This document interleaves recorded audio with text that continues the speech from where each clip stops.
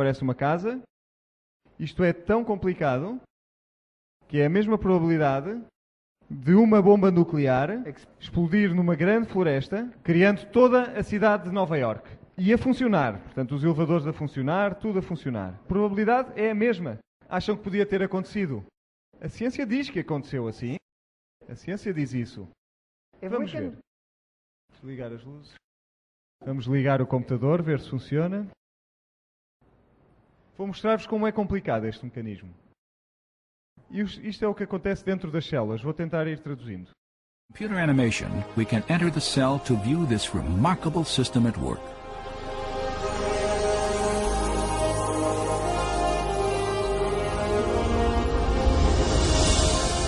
Aqui temos o ADN.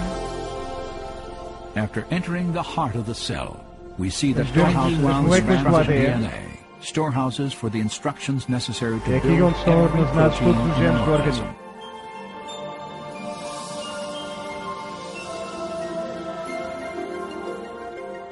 In a process known as transcription, transcrição, a molecular machine first unwinds a o ADN section é of the lido e DNA os genes helix são to expose the genetic instructions needed to são assemble a utilizados para specific fazer protein uma molecule. proteína específica. Another machine then copies these Uma espécie de instructions to form máquina a molecule copia estas known as instruções. messenger RNA.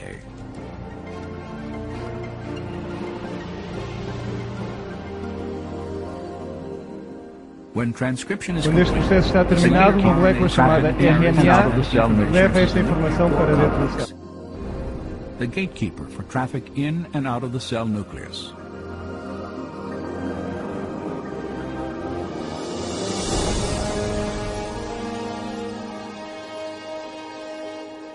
The messenger RNA É enviada para uma structure molécula chamada o ribossoma, process of mecanismo. translation begins. After attaching itself securely, the process of translation begins.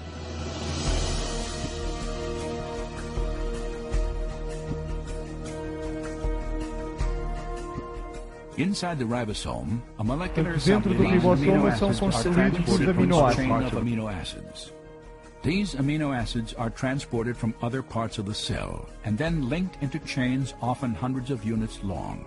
De acordo Their com o código sequential genético, arrangement determines the fazem type of diferentes protein proteínas. manufactured.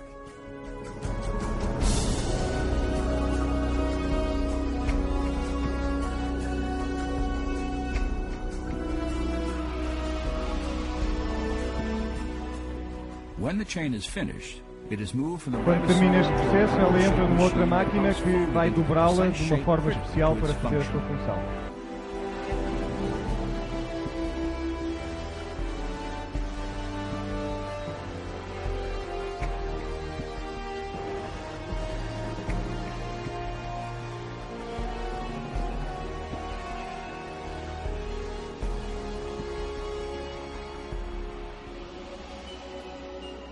After the chain is folded into a protein, Depois desta proteína ter sido construída dentro desta máquina, ela é transportada para outro local. Todo este mecanismo aconteceu ou houve um desígnio por trás disto. Esta é a escolha que temos de fazer. Aqui temos um rim. Algumas coisas são realmente complicadas e não podem funcionar até que estejam realmente nessa configuração complexa. Sim. Chamamos a isto a complexidade irredutível. Por exemplo, para que os nossos rins possam concentrar a urina, fazer a sua função, precisamos desta estrutura que está dentro dos rins, com um sistema de artérias, de vasos muito complicado, e este sistema tem de ter ao mesmo tempo uma grande quantidade de enzimas a transportarem elementos de um lado para o outro.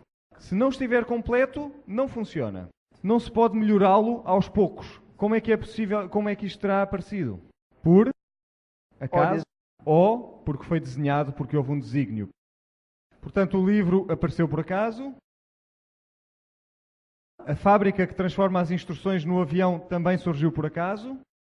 E depois eu tenho vários tipos de aviões. E vários tipos de instruções têm de aparecer por acaso. Mais todos os mecanismos para transformá-los em aviões também por acaso. Como é que a ciência diz que isto aconteceu? Aconteceu devido ou com base nas mutações. Quando acontece uma mutação, reescreve-se a informação que está no ADN. O DNA é um código com 3 letras. Vamos pegar numa frase feita com palavras de 3 letras. A tradução seria o gato e o chapéu. Perdão. Portanto, tiramos o C, troca-se através de uma mutação e a frase lê-se qualquer coisa, ata. Handete, he at. Exatamente. So instead of the cat and the hat, you have the at.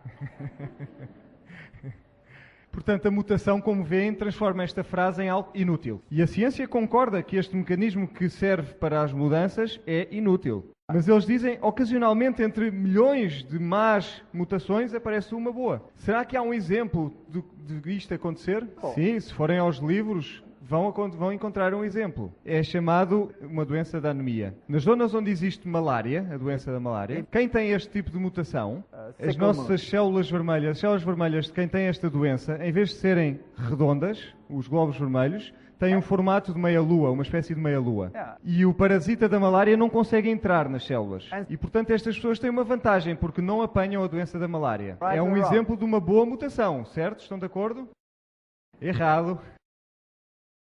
É uma mutação muito má, porque se tivermos este tipo de células, nós estamos sempre doentes.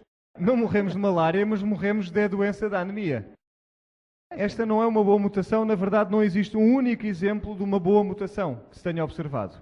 Se uma célula apareceu por acaso, e reparem que para viver é preciso haver complexidade, portanto algo muitíssimo complexo apareceu por acaso, mas se eu quero continuar que a evolução avance, eu não posso ficar com uma célula só, tenho de tornar multicelular. Nós não consistimos apenas de uma célula. Somos feitos de centenas de milhares de células diferentes. O que é que isso significa em termos da genética? Aqui temos uma célula do músculo e aqui uma célula do sistema nervoso. Será que a amiba original tinha uma célula de nervo e uma célula de sistema nervoso e uma célula de músculo? Só tinha uma célula. Nós temos milhares de células diferentes, mas vamos concentrar-nos nestas duas. Significa que eu preciso ter muito mais genes. Eu preciso de um gene que diga tu vais ser uma célula de músculo e outro que diga tu vais ser uma célula do sistema nervoso, um axónio.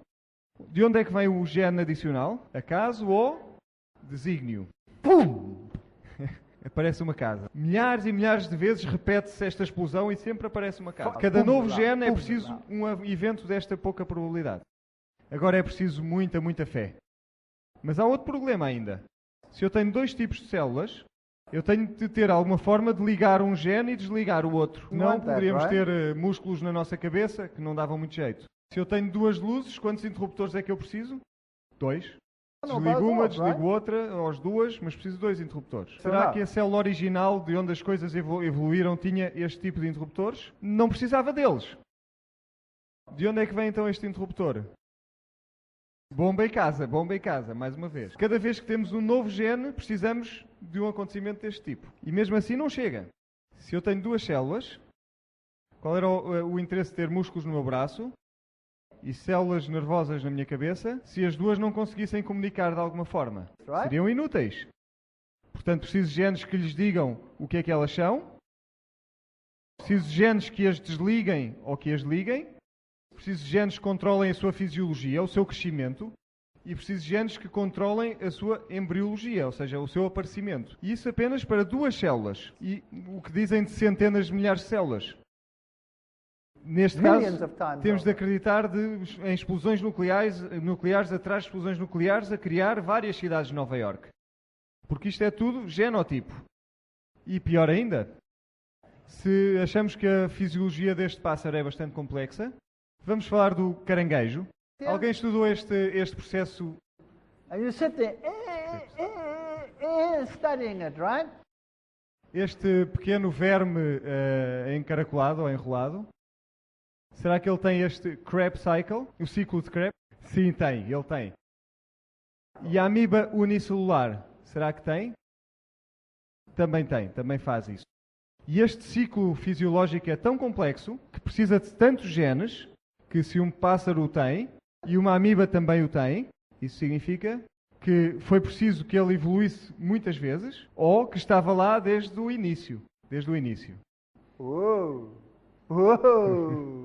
Complicado.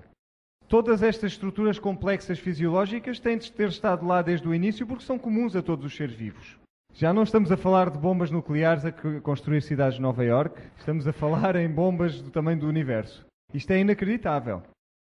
A seleção natural é completamente inútil se não houverem duas variantes. Se eu quero saber quem é que é melhor ou qual é a variedade que é melhor do que outra, tem de haver pelo menos quantas? Duas, para poder comparar. E, portanto, tudo o que nós falámos até ao momento temos de duplicar a complexidade, porque tem de haver dois para haver seleção natural.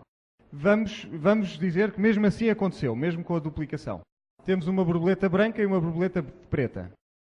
Se elas estiverem num fundo negro, a branca é muito visível e a preta não se vê tão bem.